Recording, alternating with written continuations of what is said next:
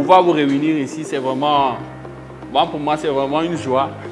Une joie parce que, qu'on le veuille ou non, c'est aussi important que par moment, on puisse renforcer quand même nos capacités. Dans le monde, on se rend compte aujourd'hui que le secteur agricole est un secteur qui est fortement émetteur de gaz à effet de serre, c'est-à-dire un secteur qui contribue de façon significative au changement climatique.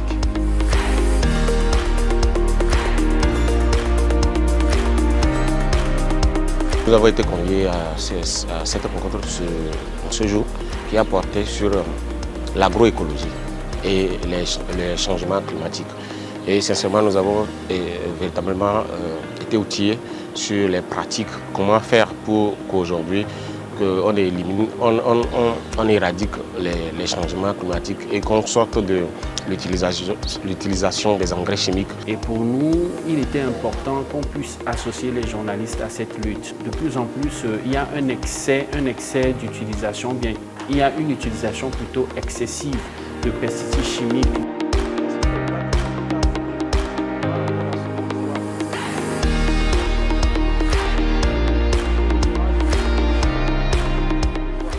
D'abord, il faut dire que cette séance d'échange s'inscrit dans le cadre du projet renforcement des droits, des capacités de résilience et promotion des systèmes agricoles durables que l'ONG Salut implémente depuis 2025 pour essayer de renforcer leurs capacités sur les questions de changement climatique en lien avec l'agriculture, essayer d'explorer tous les problèmes que nos producteurs agricoles rencontrent. Ce genre de formation, d'amener ou bien d'inviter nos confrères et nos consoeurs à beaucoup plus multiplier des productions et des récits afin de dénoncer, je ne dirais pas seulement de dénoncer, mais de pouvoir amener la population à être beaucoup plus penchée sur une agriculture respectueuse de l'environnement.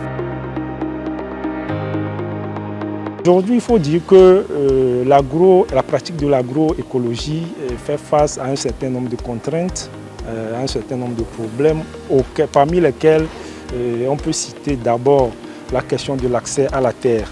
Il y a également la question de la transformation qu'il faudrait voir dans quelle mesure on peut renforcer les capacités de ces producteurs-là sur la transformation. Et c'est suite à ce constat que ce genre de renforcement de capacité a été initié avec le soutien de l'ONG Salut et ses partenaires. Après cet atelier, on s'attend surtout à une multiplication de production, comme je le dis, à beaucoup plus de récits. Donc moi, je vais travailler à ce que dans les fermes, dans les zones rurales, qu'il y ait la bonne information, les amener, les sensibiliser à ce qu'ils arrivent à pratiquer cette technique-là.